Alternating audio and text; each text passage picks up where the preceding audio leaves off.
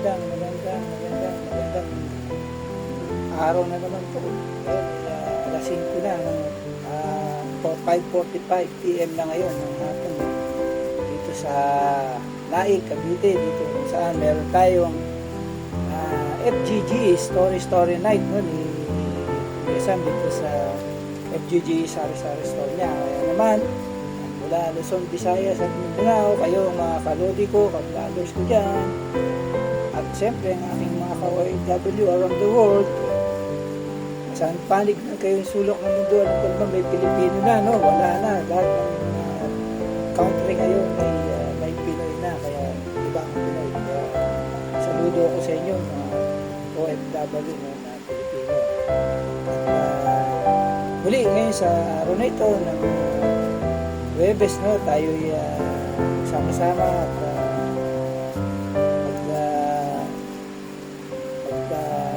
at magkamustahan na naman, no, dito sa ating FGG store, no, dito sa aking tindahan, dito sa FGG Story Night, kung saan tayo ay may mga updates, kaganapan sa aking tindahan, sa loob at labas na yun ng tindahan ko, at syempre yung ating mga lesson learned, no, yung ating testimony ko, at yung ating mga words of wisdom, advice, mga encouragement, no, higit sa lahat, syempre yung ating tinatalakay na topic about business. Syempre dahil tayo yung OFW, no, ay nag-iisip din tayo kung ano ang dapat natin gawin sa ating pera, no, kasi para hindi siya masayang at magamit sa tamang paggagastusan.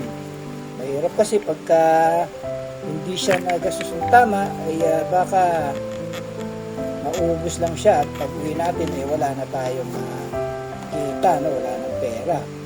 Yun ang masaklap sa isang OFW, bigo, no. So tayo, gusto natin ang ating mga kababayan OFW ay maging matagumpay na isang OFW. Kaya nandito tayo ngayon nag-aaral, no, about business para makatulong sa kanila, hindi lang sa kanila, maging sa ating mga katindahan dito sa Pilipinas, nationwide, no, yung ating mga kalodi, mga ka-vloggers at mga katindahan dyan na patuloy na umaantabay.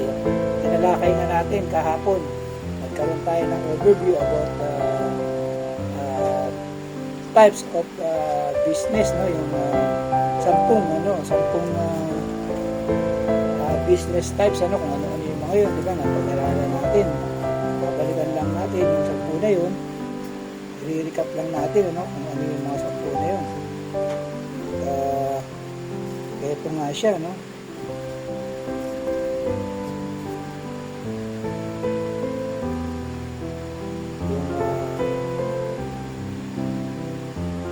Yung sole proprietor, no, yung mga 10 types of business structures. Una, yung sole proprietorship. Pangalawa, yung general partnership. Pangatlo, yung limited partnership. Pangapat, yung limited liability partnership or LLP. Panglima, yung C corporation. Pang-anim, S corporation. So dalawang klaseng corporation siya, no? C saka S, no? Pang-pito, yung benefits corporation. Pang-walo, yung limited liability company or LLC.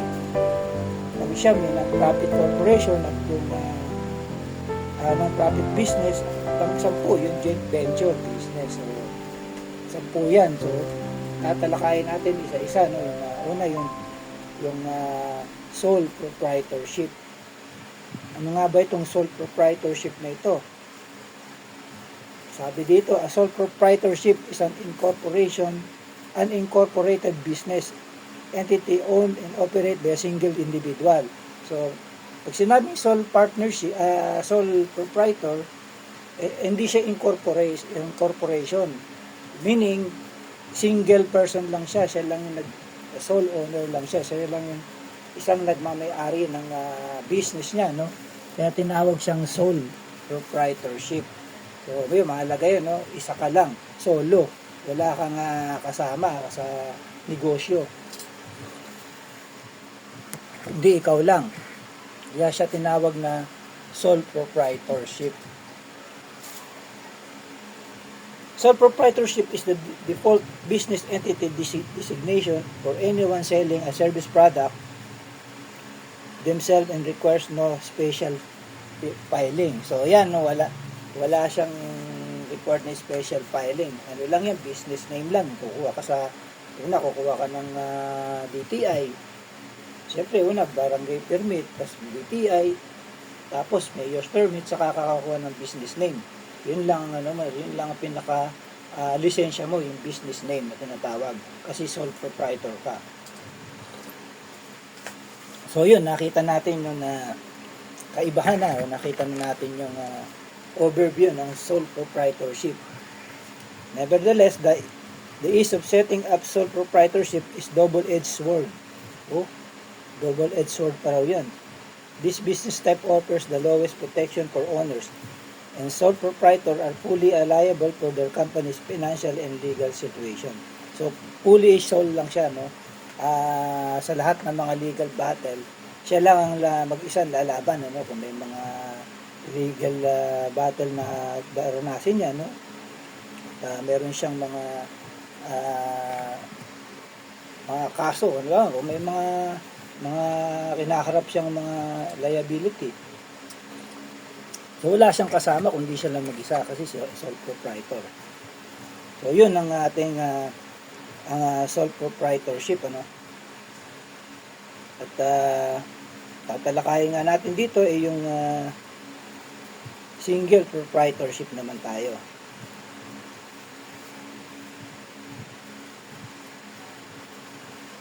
So, ito na tayo sa single proprietorship. Sabi rito, a sole proprietorship is a type of a business structure that gives business owner complete control. So, ikaw lang may control kasi solo mo lang eh. Sa pagbi-business mo, ikaw lang talaga, wala nang ibang magko-control kundi ikaw sarili mo. Wala kang kasama, no? Wala kang, hindi katulad ng corporation, marami yan eh. So, maraming may audit pa yan, no? Kaya naman ng sole proprietor, no? Ikaw lang mag-isa. However, there are important factors in consideration aspiring sole proprietorship should know before starting a business. So, yan, kailangan malaman natin kung kailangan ba talaga ikaw ay sole proprietor lang. Operating a sole proprietor is affordable and takes minimal work to set up, but it's not the right type of business structure for everyone. So, ano lang siya, kumbaga special type lang siya, no? At madali siyang i-operate kasi sole lang, isa ka lang eh.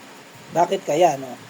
Before becoming a sole proprietor, you should consider the type of business you should operate, the potential risk involved, and overall long-term goal. So, alam mo rin yung mga potential risk. Mag-arano naman natin yung sa risk management, di ba? So, alam na natin kung paano natin i-cope up o bibigyan ng solution ng darat na daranasin risk. No? Dito sa solo mo lang, no? Yung risk, isa ka lang. So, pag bumagsak, solo mo lang, ikaw lang babagsak, wala kang kasama, no? Pero siyempre, entrepreneurship na pinag-aralan natin yung character, no? Kung paano mo mapapalago ang iyong kumpanya. Lahat ng mga business, dapat ang focus is to maintain profitable, hindi yung lugi. The needs of your business may evolve over time, so even if you begin with a sole proprietor, you are not, stuck with it. So, what is sole proprietorship? In overview talaga. So, malalaman natin yan ngayon, no? Ano talaga ang sole proprietorship.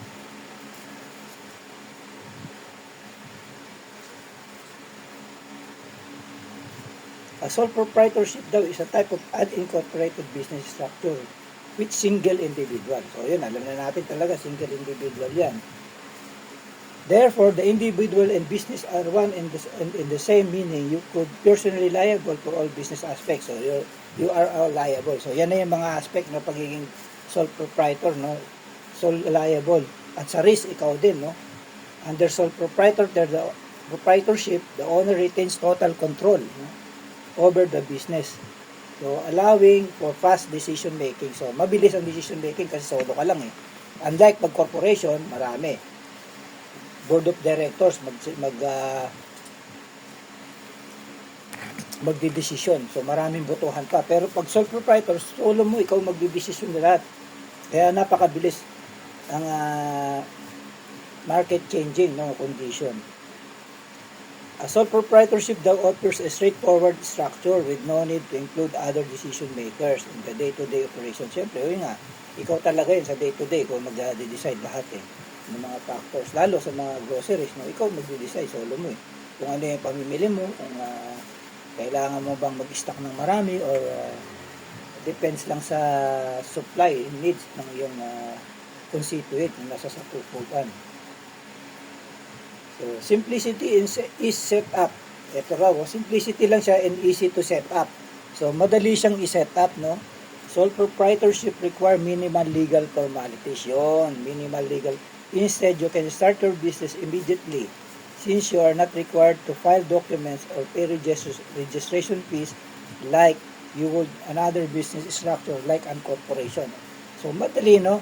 Walang cheche-bureche, walang mga requirement pagka sole proprietor. Sinabi ko na nga sa inyo, yung mga pinag-aralan natin nung una, meron kang mayor's permit, DTI, mayor's permit, saka business name.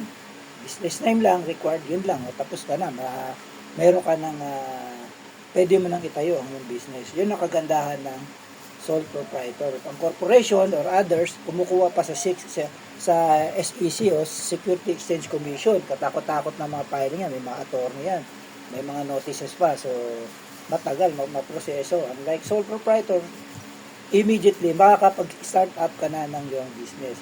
In addition, the sole proprietorship can avoid partnership agreement or articles of incorporation because there are no other owners or stakeholders. Yun, no? Wala kang mga agreement kahit sino kasi ikaw lang walang stakeholders kasi ikaw lang mismo ang stakeholder, mag-isa ka lang. This simplicity makes it attractive for individual who want to test their business idea or run business without administrative burden. So walang burden to pag sole proprietor. Kagaya ng isang company kong pinanggalingan yung isa namin ka-joint venture pala, no, na isang maliit na company, solo lang siya. Single proprietor lang siya, no? Sole proprietor. Kaya siya lang ang nagdedesisyon ng kanyang gagawin, no? Yung dati kong company na pinasukan for 10 years, nagsimula siya sa single proprietor o sole proprietor. Kaya ang mindset niya talaga lagi is para siyang sole proprietor kahit corporation na siya. Nagpapatakbo siya pa rin. So kasi doon siya nagsimula sa pagiging single proprietor or sole proprietor. So yun ang kagandahan, no? Nagsimula ka sa maliit, alam mo na yung mga proseso. Hindi ka naligaw. Ganun yung company pinasukan ko for 10 years dito sa local. Dati siyang sole proprietor, naging corporation. Even corporation siya, ang mga incorporators niya, mga niya rin, mga kamag-anak. So, no, yun una, ang ating tinalakay yun una is simplicity and easy to set up, no? So, number 1 yan, bakit, ano ang advantages ng single proprietor or sole proprietor. Simplicity and easy to set up, to set up, no? So, madali, magaan, walang masyadong proseso, hindi nangangailangan ng maraming dokumento. Yan. So, easy to set up, simplicity. Pangalawa, complete control and decision-making power. Yun. So, the sole proprietorship daw is structure gives you complete control over your business without approval from partners or other stakeholders. So, yun, kanina, di ba, tinlaki na kanina sa overview, yung meaning. So, ito na yun. Yung pangalawang advantage ng pagiging sole proprietor is complete control and decision-making power. So, ikaw na magde-decide lahat. Wala kang pagsasabi ang iba, walang mga botohan, walang may mag-against. So, ikaw lahat ng decision sa iyo manggagaling kasi ikaw lang yung nagmamay-ari, walang iba, wala akong ka-partner, no? Walang ibang magde-decide kundi ikaw lang. So yun ang advantage din, no, ng pagiging sole proprietor. Simplicity, una, simplicity and ease of setup. Pangalawa, complete control and decision-making power, no? Sabi pa rito, no? This level of autonomy allows you to respond quickly to changes and tailor your business strategy to your goal. So, yun, no, kagandahan. Kasi, walang magkukontra sa'yo, wala sa'yong against. So, easy to control mo lahat, no? At mabilis kang mag-quick decision making or kung may changes, ang dali mo siyang desisyonan, no? At kung may mga business strategy na goal mo, na yun ang goal mo, ay madali mo siyang i-implement without any other advice from other group mo or member like a corporation. Marami pang tanggihan yan. Ay, pag-aralan muna natin yan. Hindi, baka ganito, pwede, wag muna tayo mag-expand. Hindi, tignan muna natin kung maganda. Ay, kailangan pagbotohan natin yan. Mga ganun ba, mga pagka-corporation. Pero kung ikaw ay sole proprietor, doon tayo, magtatayo ako ng panibagong branch doon sa Quezon City. Doon, sa susunod na taon, doon naman ako sa Pasig. Meron na akong mga 3 branch for 2 years, no? Yun, ganun mga decision making ng sole proprietor. So, yun ang kagandahan, no? Complete control and decision making power. Pangatlong advantage na is direct profit retention. Yun, solo na yung profit, syempre. Sole proprietor, wala kang kahati. Unlike kung partnership, hatian pa kayo. Minsan, yung tawag dito, nagkakadudahan pa dyan. Minsan, or sometimes, ayaw ng isang party na bawasan ka agad. Yung gusto nila palaguin. So, yun ang advantage ng sole proprietor. As sole proprietor, you don't have to worry about sharing business profits. Yun. With partners or shareholders. Instead, you're entitled to keep all profits you generate from the business and decide what to do with them. Yun. So, ikaw ang makakapag-decide kung anong gagawin mo dun sa kinita mo, no? Either, ito yung ibangko mo, either mag-expand ka ng business, either, ito yung gastusin mo sa kung anong bagay na gusto mong pagkagastusan na walang pipigil sa'yo, no? Yun ang kagandahan. Direct profit retention. Sa'yo lahat, no? Wala kang kahati. You may choose to reinvest your earnings back into the company to fuel growth or invest in another avenues like talent acquisition. So, yun, no? Pwede mong, ikaw rin na mag-decision kung gusto mong i-expand ang business mo or i-retain, no? Nasa sa'yo. Kasi solo mo yun, profit mo yun, eh. Profit retention provides the business with financial flexibility, allowing the sole proprietor to allocate funds as needed. So, yun, no? So, meron siyang, pwede niyang i-allocate yung funds niya kung saan niya gustong gamitin. As needed, no? Kung need sa store, no? Itong, sample ko lang sa sari-sari store. Kung need na dagdagan yung mga product, ikaw magde-decide kasi nga yung profit pwedeng pinag-usapan natin noon, di ba, 50-50. Save mo yung 50 sa savings sa bangko, yung 50 idagdag mo sa capital, no, para dumami ang yung product. So ganun, no, ang decision, or 70-30 or 60-40, depende sa iyo, ikaw kasi magde-decide as a sole proprietor. So mas maganda, no, nahatiin mo siya para at the same time meron kang savings sa bank, meron kang lumalakbo ang iyong business, no, as a grocery. So nakatatlo na tayo, no. Una, yung simplicity and easy to set up. Pangalawa, complete control and decision making power. Pangatlo, yung direct profit retention. At yung pang-apat, yung tax benefits. So yan, no, yung pang-apat, tax benefits. So, yan pa, may benepisyo ang isang sole proprietor. There are several income tax benefits to structuring your business. As a sole proprietorship, for example, sole proprietorship get pass-through taxation. With pass-through taxation, the business income is not subject to business tax. Yun. So, pagka sole proprietor ka, no, ang business income daw is not subject to business tax. Instead, you will report your profit on your personal income tax return. Yun, maganda, no?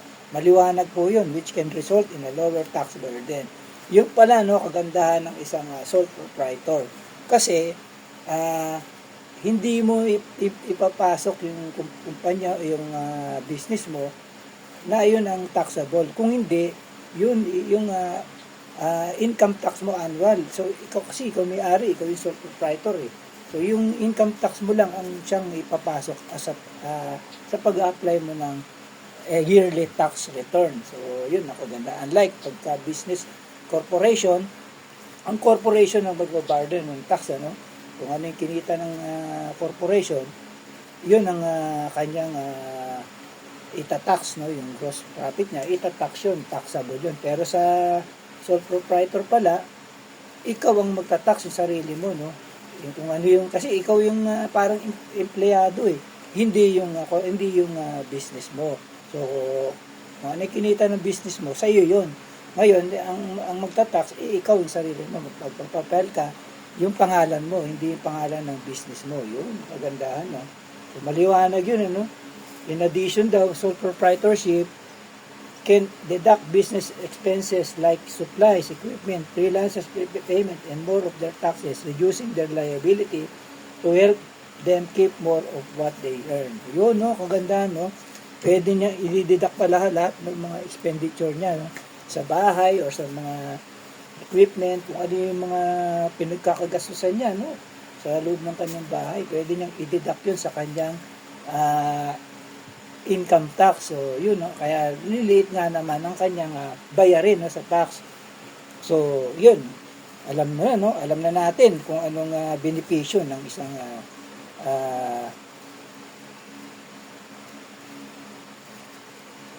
isang sole proprietor. So, nakita na natin, no, yung pagkakaiba ng yung tax benefit na tinatawag. May benepisyo pala siya. So, panglima, no, ito, privacy and confidentiality. So, meron kang privacy and confidentiality. As a sole proprietor, disclosing financial information is not required because your business is not publicly traded like corporation. This privacy allows you to keep your business confidential and out of the public eye. Yun, no? Kagandahan pala ng isang sole proprietor, very private, no? Hindi siya yung publicly traded like corporation na talagang ano niya, no? Yung ipapublish niya yung kanyang product or corporation. Unlike ang sole proprietor is also retains sole ownership of the business secrets and strategies. So, siya lang ang nakakaalam, no, lahat ng secrets and business strategies ng company. Unlike corporation, alam nila lahat dapat. Walang lihim, no? Bulgar. As the only owner of company, they can maintain exclusive ownership of trade secret and other strategies without sharing them with shareholder or partners. Yun, no? Siyempre, sole proprietor ka nga. So, wala kang pagsishare ng iyong mga strategy or mga plans or mga goals, objective. Basta ito ay para lang sa iyong kumpanya. Kasi ikaw lang ang nagmamayari, solo mo. So, ikaw lang talaga ang makakaalam na di mo bibigay sa iba, no? Siyempre, strategy mo ito eh. Ikaw, sa utak mo galing ito, itong pagpapalago eh. Hindi mo siya may share kahit kanino. Yun ang kagandahan ng sole proprietor, no? So, yun ang kagandahan. So, maliwanag yun, no? So, before you're starting a business as a sole proprietor, you should consider whether it's the right option of your business, considering several key factors can ensure your decision support your goals and growth. So, doon muna tayo matatapos, ano? Kasi mayroon pa pala yung nature of business. So, doon muna tayo sa advantage niya, no? Yung 5 na advantage. Nakita natin yung advantage ng pagiging single or sole proprietor. Simplicity and easy to set up. Number 1, complete control and decision-making power. No? Ikaw may control. Una, madali mong i-set up. Walang cheche-bureche. Wala masyadong requirement. Business permit lang. Saka yung mayor's permit. Saka yung DTI. So, tapos na. May business name ka na. Pangalawa, ikaw ang control, no? Complete control in decision making. Ikaw lahat mag-decide, wala kang kalaban, no? Solo mo. Then, direct profit retention. Sa'yo yung profit, wala kang kaangguri sa profit. Solo mo yung profit, solo mo yung kita. Ikaw kayo mag-decision kung paano mo to palalaguin, no? Saan mo siya gagamitin. Pang-apat, yung mayroon kang tax benefits, no? Kasi walang tax yung sole proprietor. Ang may tax ikaw sarili mo, magpapile ka sarili mo income. Magkano ang in-income mo, yun lang ipapile mo. So, malaking benepisyo sa isang taxpayer kasi maliit lang ang tax na babayaran mo. Kasi hindi na taxable ang company mo, kundi ikaw. Kasi sole proprietor, ikaw ang owner, ikaw yung matataksan. Which is advantageous. Kasi nga, mabawasin mo lahat ng mga expenditure mo sa bahay, lahat ng mga ginagastos mo. Less, lahat yun. Sa maliit ng tax mo bilang individual. At yung panglima, no, meron kang privacy and confidentiality. Kung ikaw yung magpapalago ng company mo, may strategy ka, may goal, may objective ka, solo mo to. May strategy, wala kang pagsasabihan. Wala sa yung magre-reklamo o against. Kasi nga, solo mo, so yun, nakita natin, no, yung apat na advantages being a sole proprietor. So ngayon, magdi-decide ka ngayon. Ano ka ba? Mag-sole proprietor ka or corporation or partnership? So, meron pa tayong tatalakayin. Yung nature niya, meron pa, marami yan. Sa risk, no? Financial, so, long-term business goal, exploring alternatives. So, marami pa, no? May apat pa tayong tatalakayin. So, pinalaki lang natin muna yung advantages kasi napakahaba siya. So, I hope, no, naintindihan natin kung ano ang ibig sabihin ng single or sole proprietorship pag tayo magtatayo ng business. Para malaman natin kung saan tayo, kung hanggang saan yung kaya ng kapital natin. Kaya ba natin mag-single? Kaya ba natin mag-corporation kung malaki yung pera natin? Or kaya ba natin mahanap pa ng isang partner para mas malaki ang kapital? Or mag-joint venture ka ng mga kaibigan mo sa ibang bansa? Yun ang mga bagay, no, na so, ngayon, nakita na natin ang advantage ng being a single proprietor. So, hindi pa tayo pwede mag-decide kasi pag-aaralin pa natin yung mga ibang structure ng business. Salamat at tayo nakatapos muli ng isang part na topic ng sole proprietor. No? Bukas, tatalakayin natin yung remaining, no, na structure ng isang single proprietorship. At yun, natapos na tayo sa ating partly ng ating topics ngayon na single or sole proprietor. Bukas tatalakayin natin yung remaining, no, na structure niya. Mahaba-haba yun. Nature of business, risk assessment, financial planning, long-term business goal, at exploring alternative business structure. So yan, sa napapaloob sa single proprietor. So mahalaga malaman natin lahat para tayo ang magde-decide kung saan tayo lalagay natin yung ating pera. No? So yun, kaloding, brothers ko dyan, ka-OFW around the world. Salamat nga sa inyong panonood.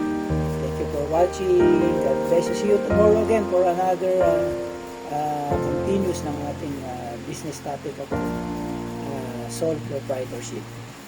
Bye!